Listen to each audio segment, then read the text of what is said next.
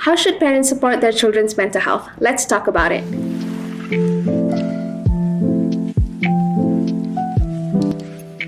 Hello everyone, welcome to another episode of Let's Talk About It podcast by SafeTalk. I'm your host Fauza Maisara, and as you have seen on the title, we are going to be discussing on early intervention in mental health.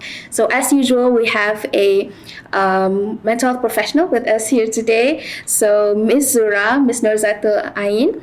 Welcome, Miss Zura. How are you feeling today? Hi, I'm good. Thank you for inviting. Thank you for coming. It's already like 9 p.m., like later than that, and you're still here, interested in our podcast. So we're so glad that you want to join our discussion.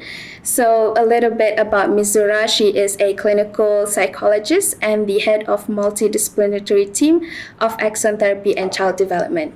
So before we, sort of get into the topic even further, if you don't mind, can you explain what you do as a psychologist at Axon's Children's Center? Yeah, sure. I'm a clinical psychologist. So in Axon or at my workplace, what I'm doing basically, the two main things would be the assessing children and also providing intervention for children who have difficulties or challenges with social, emotional, cognitive, behavior. So all of these things. So I will be involving in assessing to basically understand their underlying issues or understanding any possible diagnosis. So basically at Axon, we work with a very various therapists or multidisciplinary team. So psychologist is part of the team, which is me. So basically, when doing the assessment, we will be always collaborating with each other, communicating the findings to ensure that we can provide the most holistic efficient treatment plan. So when we already have the results or the findings, then I do the intervention for my part. So some of the intervention approach will be, of course, we use mostly a play-based approach, child-led therapy approach, and also I focus more on social, emotional approaches as well. And also other than for the kids, for the children, assessing and also intervention, I also do consultation and counseling with the parents. Yes. So when the parents come in with the child, so we as a psychologist, I will ensure that I share the knowledge that I have, educating the parents so that they understand what the child are experiencing. And then after that, we also give tips or suggestions on what they can do at home to continue the therapy that is happening.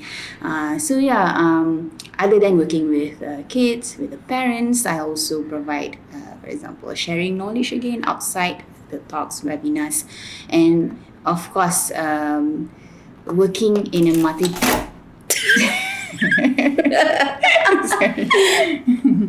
I'm sorry. Sorry. It's okay. Okay. Continue. We can just continue. Okay. Already a blooper. Okay. So basically one of the things that I really value or enjoy is that working with the various therapists or various specialists really help me to see more than my field or my area. So when we understand different area, we see that when we see a children or an individual, it's not only about the problem. Like for example, speech delay. It's not only about not able to talk, but there are always other underlying issues that if we understand, we can intervene it more holistically. So I hope I'm answering what I'm doing as a psychologist. Yes. Basically that's a little bit picture of what psychologists do. Right, in Axon. And it's not just parents bringing their children and then just have a session. It's also about parents understanding what's going on and having session with like the psychologists and the parents themselves. That's true. Right. So, and I think with like early intervention, in one way or another, we are going to be touching on neurodevelopmental disorder. So, if you don't mind kind of explaining what is a neurodevelopmental disorder. Okay, so when we talk about neurodevelopmental disorder, it basically refers to a condition that affecting our neurological development. So when we talk about neuro actually means refers to brain. So when an individual have this neurodevelopmental disorder, it means that their brain are the one that are affected, and also we will see that people who have this neurodevelopmental disorder, we can see the presentation is since the early years. Why? Because early years it's the time of development. Yeah, so that is where your brain, your body, your basically your whole self is developing rapidly during that early years. Childhood. Yep. That's why when we talk about neurodevelopmental disorders, it always refer to children. Yeah. So when your brain or your neurological pathways, your nervous systems developing, when it's affected by these disorders, it will affect how you function in terms of social, cognitive, emotions, and also behavior. So an example, the most common example will be autism spectrum disorder and also attention deficit hyperactivity disorder, or we call it as ADHD. So these two are the most common neurodevelopmental disorder, but there are a lot more that for example, like a specific learning disorder is also part of neurodevelopmental disorder. Okay. And also we can also say like a cerebral palsy is also related to neurodevelopmental disorder because it affect the brain. So I always tell my the parents that see me, right? So when we see people who have neurodevelopmental issues, or we call it as a neurodiverse population, right? It means that their brain is somehow different. It's not like a normal brain that is damaged or broken in certain part, but it's actually a totally different brain. The wiring is different. So basically, as if the normal brain is like a certain specific car, for example, a Pro 2 car, but people who have a neurodivergent brain will be maybe a Toyota car, a BMW engine car. So that is how we see the differences in the brain wiring. So I always want to make people understand that, to educate people that is why we want to understand how their brain works, so that we can help them or intervene them according to their brain needs. So that is somehow when we understand neurodevelopmental condition, it is always related to their brain structure or brain wiring or neurons or pathways, things like that. And having a neurodevelopmental disorder doesn't mean the brain is less, it means it's different. Yeah, that's true. It just has a lot of stigma where people think, this is weird. Yeah. Once someone has like just a different, personality characteristics, then they just started labeling something different. That's true, because the most majority one is the neurotypical brain. Yeah. So nowadays we are starting to slowly understand. Hence this podcast is also helping to raise this awareness, right?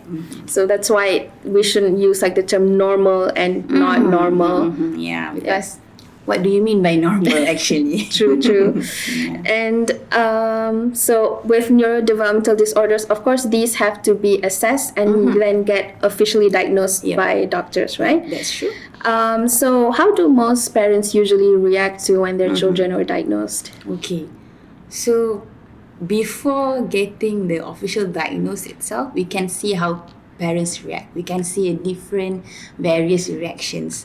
So there are parents who are really trying to understand, so they want to try to help their child as much as they can.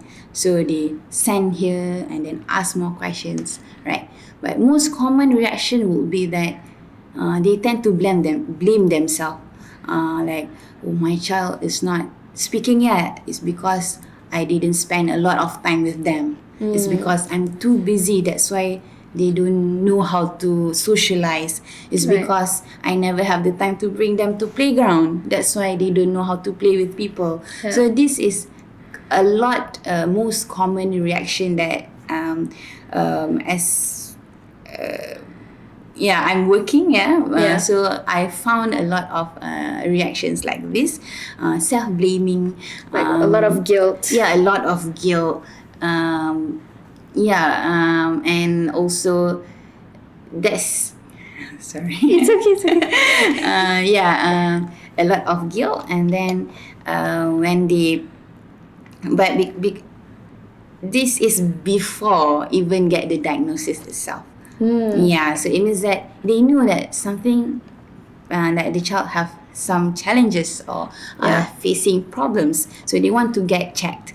But during when they explain or share their history, they start to say that, I think this is because of this, this is because of this, this is because of this, and the because is a lot of times related to their lackings. Yeah. So but there are also parents who started to read about this. So they try to understand. They ask a lot of questions to basically they still have that self-guilt, self-blame, but at the same time when they understand, that's why it means. But on the and also on the other hand, we can also see the parents that try to, like, this is, it can be cured, right? This is just a phase, right? Or with much more intervention and maybe medication, it can help to by right make the child normal again. So there are different sets of different kind of reactions that we can see. So, like, for example, when you said parents who self-blame, right? Do you are these like cases that you hear, or have you actually talked to parents? So I actually have the experience to talk with parents who have this self-blaming. What kind of advice do you usually So give? usually I would say that I will ask them, I will remind them to focus on the present. And that the past has already happened.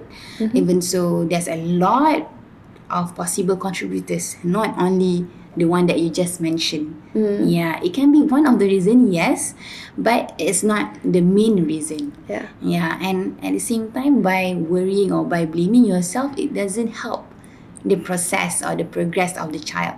Moving forward. Moving forward. But what's more important is that you realize that your child need help and you really want to help them.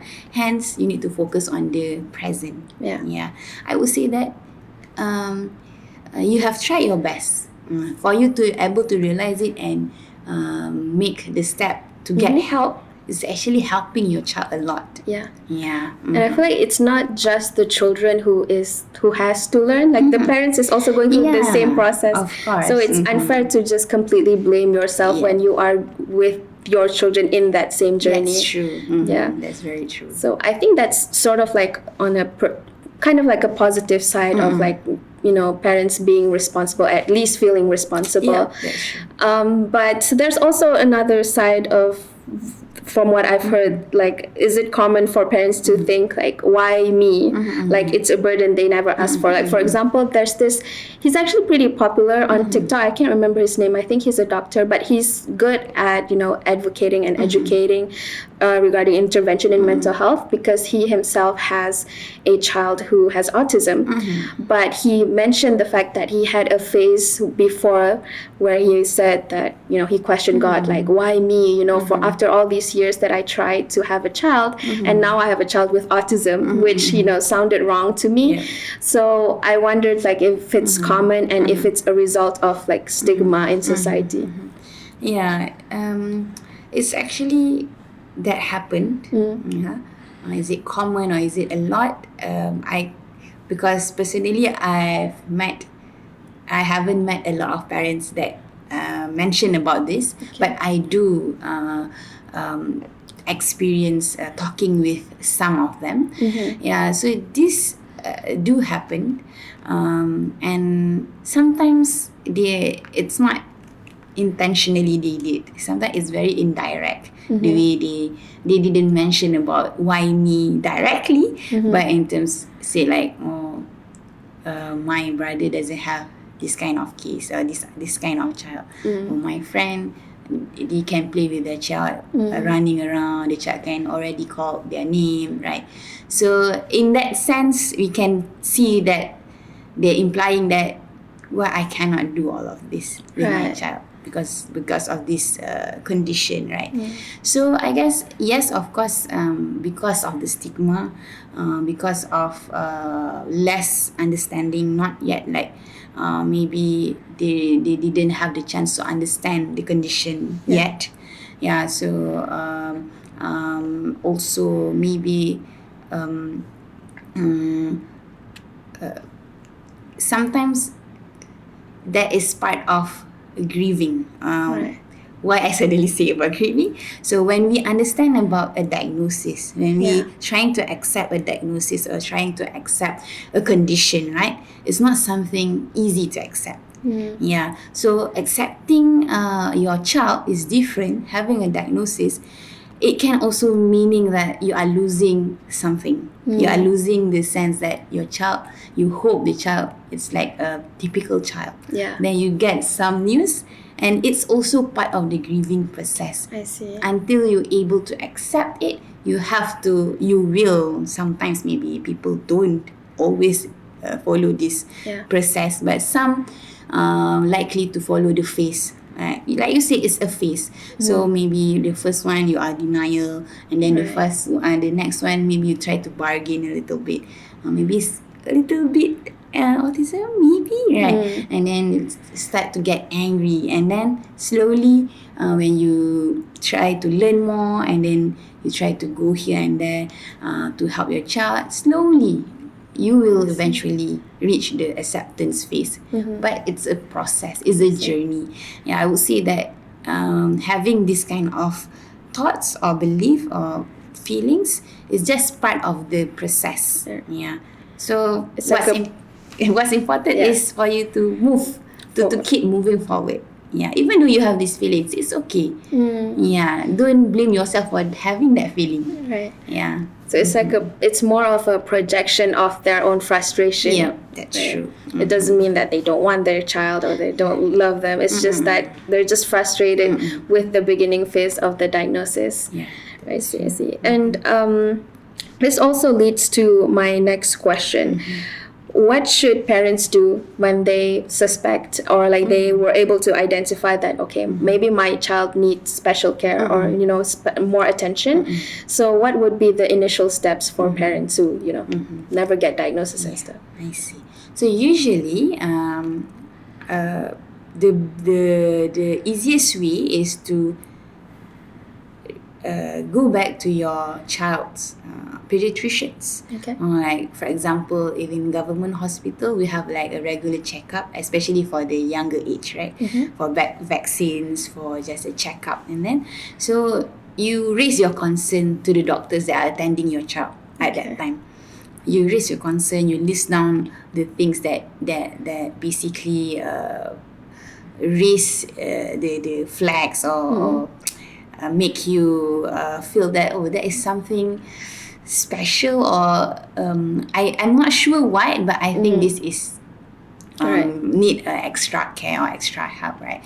So just raise that concern. If you can record it, if you can write it down, to just tell the doctors that are attending. So that is one of the I would say one of the way that you can do. But sometimes maybe the doctor or you tend to forget to tell. You basically some doctors might also mislooked, overlooked, because like it's a monthly checkup, like normal. Okay, no, I think this is normal, right? But sometimes parents have their own hunch or instincts, right? So it's very important to basically follow your hunch, trust your hunch or trust your instincts. So if you feel that there is something wrong or something special about your child, and I really need more Support. more support. So you can go to now there's a lot of private centers, child centers out there. We can bring your child for assessments. So before you go for intervention, you will need assessments first. Yeah. So in government hospital, what we always do is refer to the clinic, and then you can get a referral letter to see the specialist at the hospital, and then the specialist will do an assessment, a diagnostic assessment, and if there's a diagnosis, they will give diagnosis, and then they will suggest the intervention. I see. Yeah. So similarly to the centers out there, you will go to see the professionals there, and then they will set an assessment sessions. After the assessment, you will get feedback to start the intervention. Yeah. So assessments doesn't always mean diagnosis. Okay. Yeah, challenges or struggles that your child is having, differences your child is showing, doesn't always means diagnosis. Okay. Yeah, it means that sometimes it can be like a specific skills deficits, or maybe lack of exposure, or maybe because of the environment. So a lot of things can contribute to the challenges. I see. Yeah. So but at the same time, there are possibilities of diagnosis as well. Yeah. So it's not 100%. Of course, there's a Right. diagnosis, but on the other hand, it means that I just want my child to check. If it's diagnosis, then I can understand earlier. Yeah. So if I can understand earlier, and then I can intervene earlier, and I can prepare myself earlier. And on the other hand, if there's no diagnosis, hence I will also do the intervention to help improve the skills or Yeah. the things that need to be improved. Yeah. So actually, both of them, there's no harm Right. if you send your child for Assessment. assessments. Yeah. So either way, if you have concerns, just go for it. Like Yeah. there's no like, oh, it will end up, wrong or something. Yeah. So even if it's not a diagnosis, it would still be beneficial for you and your child. That's I see. Yeah, that's a great point, and which also I'm curious, is there like a certain age where parents can usually recognize symptoms in their children, or it's unpredictable? okay. So usually, if we talk about specific diagnosis, the certain diagnoses have their like age limit, where as early as what age can be diagnosed, right? But when we talk about symptoms or traits or delays, right? Delays in their development, how we can notice it is it based on the developmental milestones. So usually when child is growing up, Yeah. so for example, in 1 month, what milestone they should have achieved. In 2nd month, what milestone they should have achieved. So according to this milestone, if the child doesn't reach the milestone according to the age range, that is one of the things that can signal you that, there might have been a delay there. Yeah. And again, because a delay doesn't mean diagnosis. A delay sometimes means that extra help can improve or can fasten or make the skills develop. Yeah, following the age Yeah. that it should follow. Yeah. Yeah. So I would say, for example, if your child cannot walk by, for example, 2 years old, 2 years old cannot walk, still crawling, then of course it's a delay that you need to send your child for an assessment or to get advice from doctors. And if I want to specify it to autism, actually by 18 months, as early as 18 months, one can be diagnosed with autism. Okay. Depends on the symptoms that presented. Yeah. So sometimes when we talk about symptoms in autism, there are some who have shown very obvious symptoms. Hence, it's easier to give like, it's a clear-cut autism. But some or a lot of them are very borderline. It's not that obvious, but there's a sign of it. So sometimes doctor will say, okay, we will do like further observation. Okay. Maybe after another year, we'll come back and see. So that is also something that again, I said, if you send earlier, if the doctor says need under observation, so at the same time you can go to intervention to improve the skills, so that maybe after for example, the 1 year that you need to go back, a lot of skills are improved. So the assessment will maybe result in a different kind of findings. Yeah. But I just want to highlight is that when we talk about autism, it doesn't go away. So even though, for example, it can be like initially it wasn't diagnosed yet. Yeah. As the child grows, right? The symptoms are still there, but the skills has improved. Right. So based on the symptoms that persist in the early years, and also the remaining symptoms that are still observed, even though it's not big, the doctor can still diagnose it as autism, but maybe a different level of autism. Yeah. So that's why it's important for a neurodevelopmental disorder, when we want to give the diagnosis, we need to see the childhood history. Yeah. How the child grows up. Is this traits or symptoms persist? Yeah. That's why even if adults who want to go in for assessment, they would ask like, can we see your parents? Yeah. Can we still have talk with them? And then only after that they get like a proper diagnosis. That's true. Yes. So no matter what, usually like during childhood, you can always see the symptoms. Yeah. Right. I see. So that is mostly on the diagnosis part. So let's say parents have already known about it, already grow and learn about their children's autistic traits or any neurodevelopmental disorder symptoms. So what are some of the biggest fears parents have when handling children?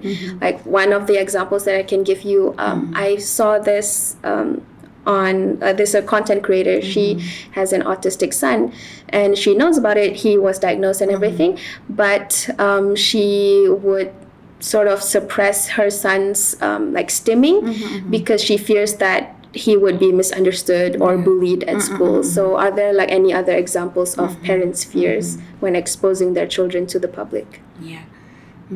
So a lot of times parents might fear that people won't understand their child. So they might mislabel their child as crazy, as the weirdo, right? And of course, the fear of being bullied once at school. Other than being bullied by others, they also have fear that what if one day I'm not here? Yeah. Can the child take care of himself? Yeah.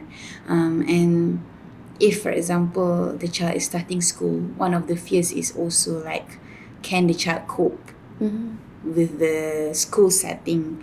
With a very, for example, in government school, very large class, like one teacher to 40 kids. Yeah. So can the teacher basically attend his special needs, right?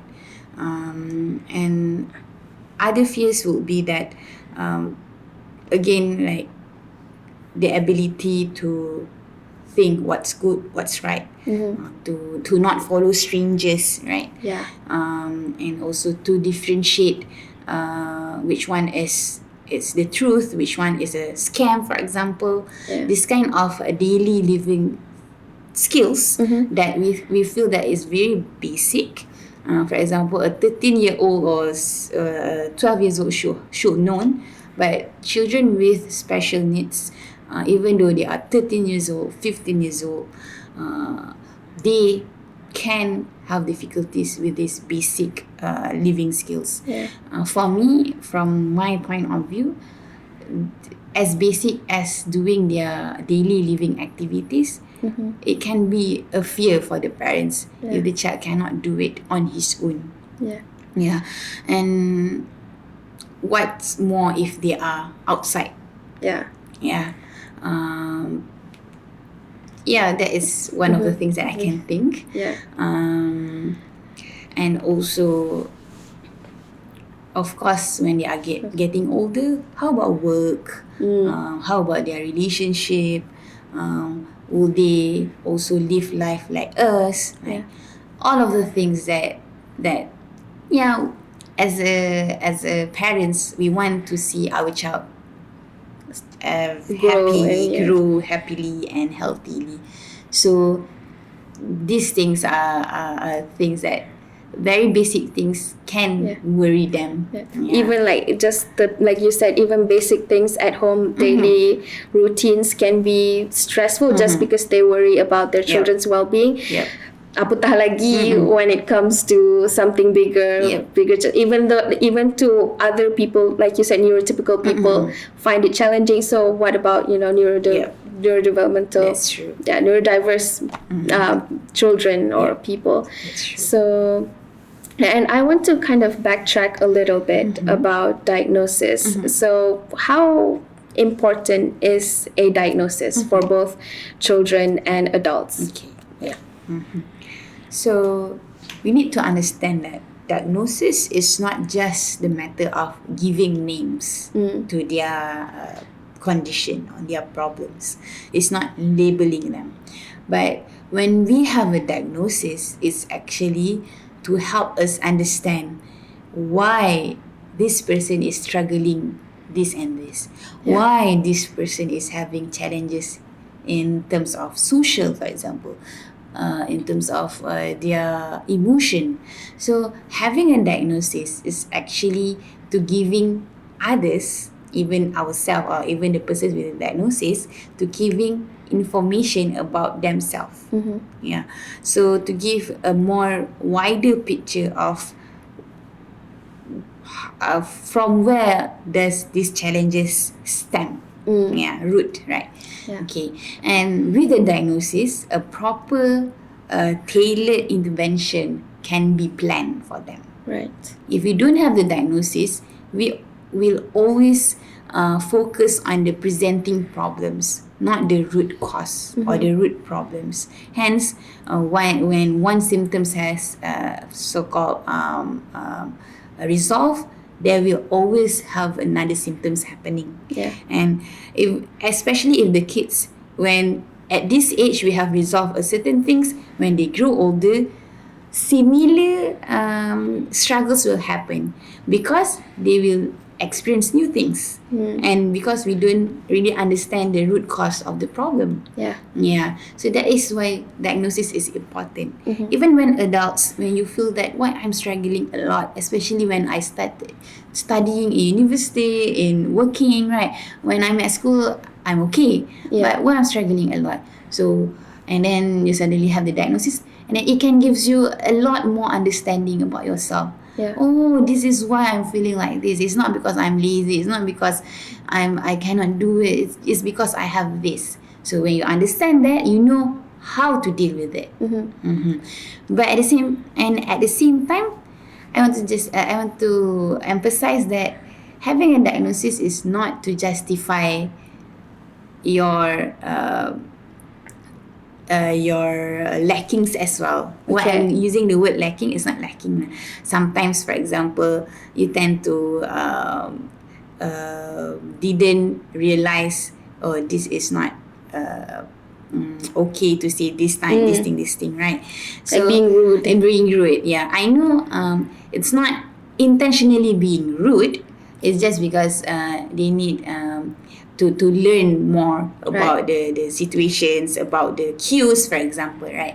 So when we understand, oh, that's why I have this diagnosis, hence I will learn how to use a strategy to remind myself, and also maybe I can tell them, oh, I'm actually having struggles with this, that is why this I will try to improve myself, for example, right? Even without any condition, we need to always reflect and try to learn more how to improve ourselves, right? So sometimes people might use this diagnosis as well by saying, oh, I'm having this, that's why I'm like this. Yeah. For example, or I'm actually the most common thing, I having depression. That's why I'm like this. Yeah.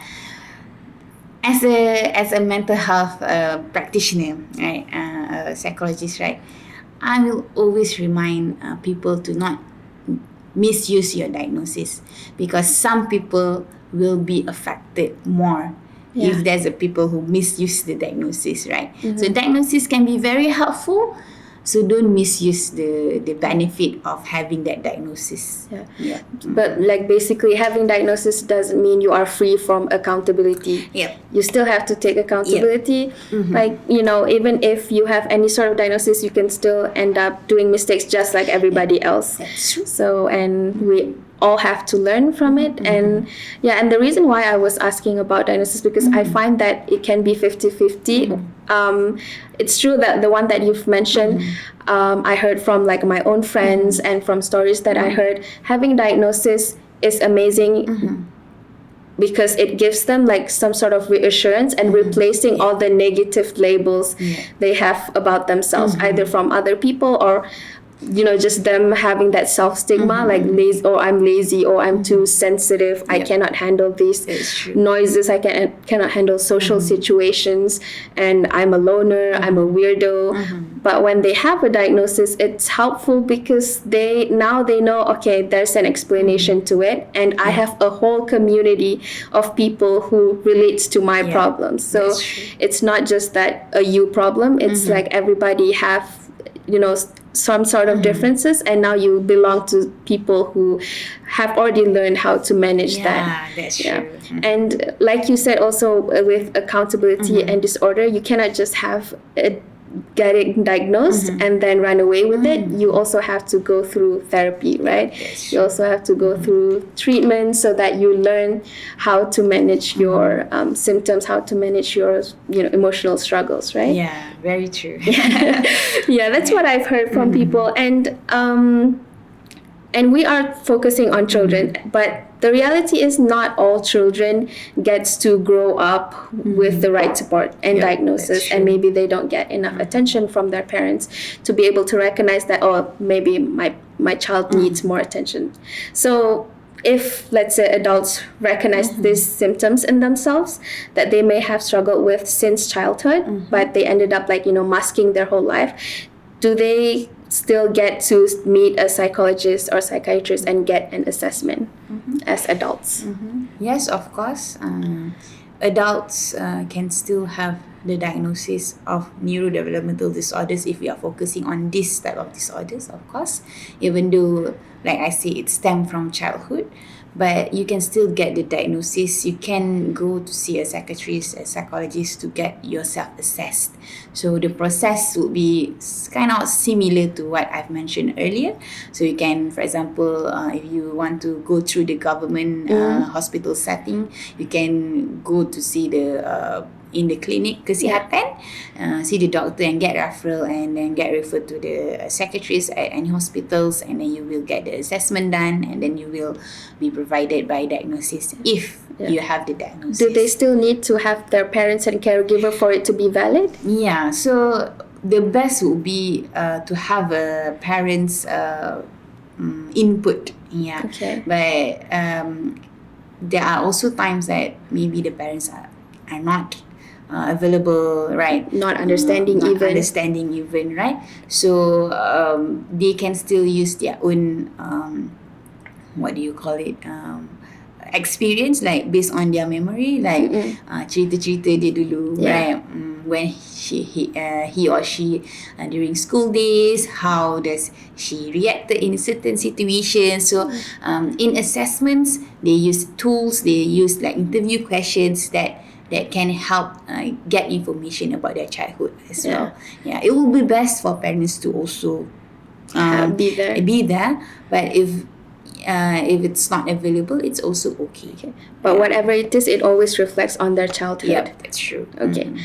So basically help is still available even if you're an adult. That's true. And Would it be like any harder for them? Let's say, okay, now they get their diagnosis and they want to go through a therapy. Would it be harder for them to relearn, healthier skills as opposed to learning it as a child? So harder or not, I wouldn't say harder, because in any point of your life, learning new things is just part of the process or part of your life journey, right?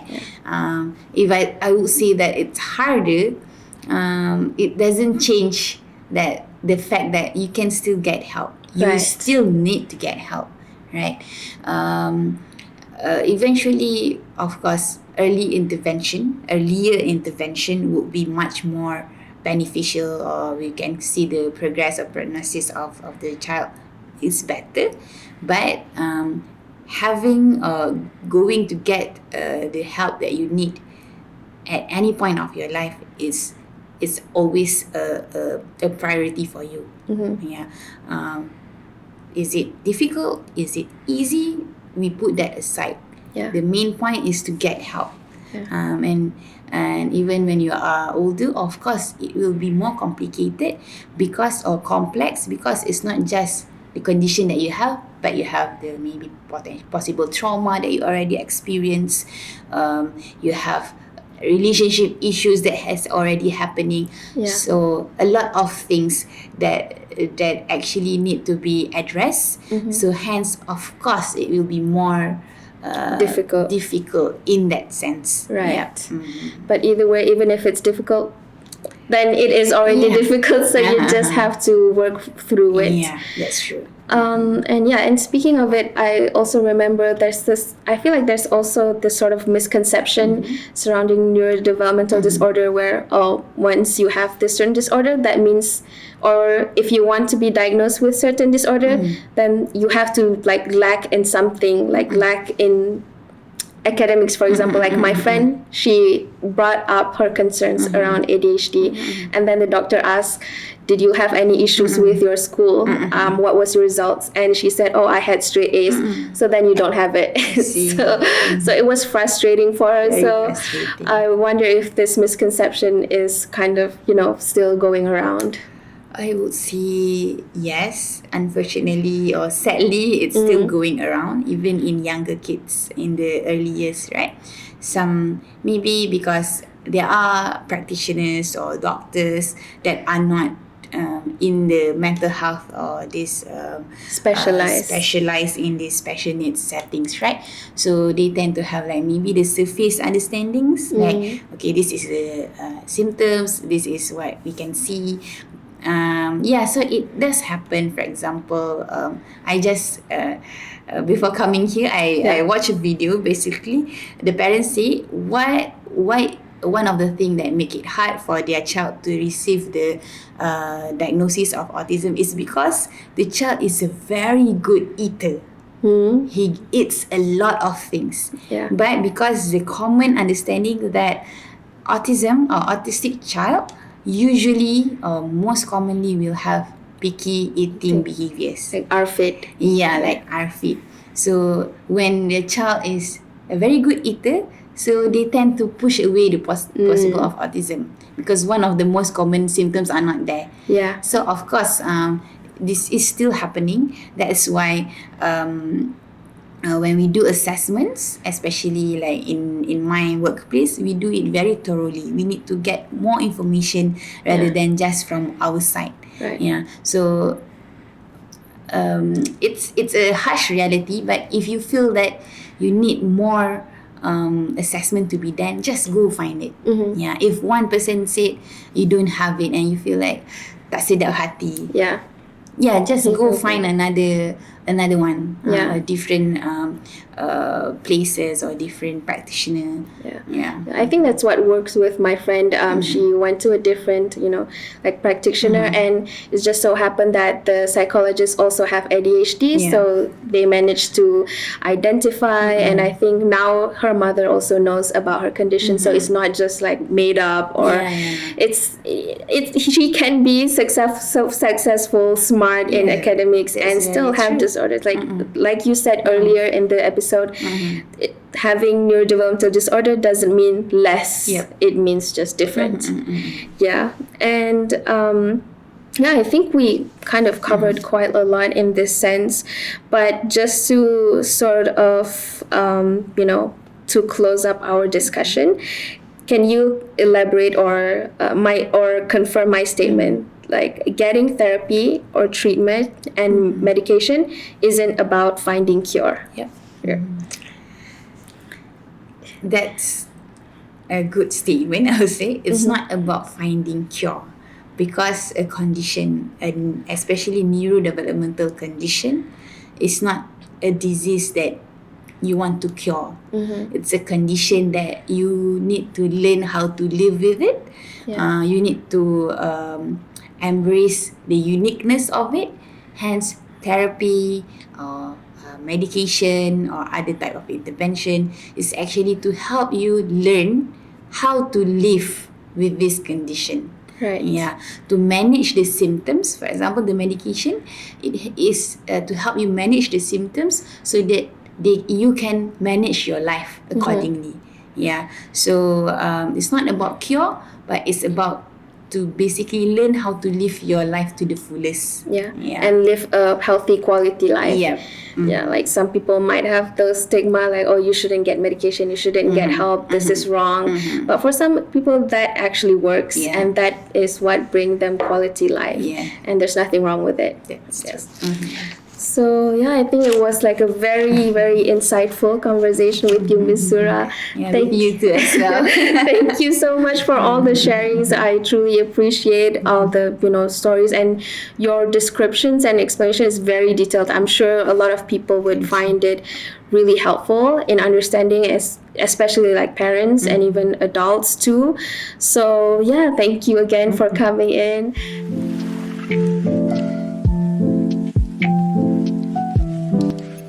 For our listeners as well, just to remind you, every episode, seeking professional help is a sign of strength and not weakness. And if you are a parent feeling overwhelmed, just remember that early intervention is the key, right? The sooner the better, and you have to be proud of yourself, and you are amazing for all the efforts that you put into your child. So, and to our adult listeners who may be questioning their own mental health struggles, it's never too late to seek help. And, therapy and all these treatments can be amazing tool for you to learn about yourself, self-discovery, self-healing, and overall just have a healthy growth.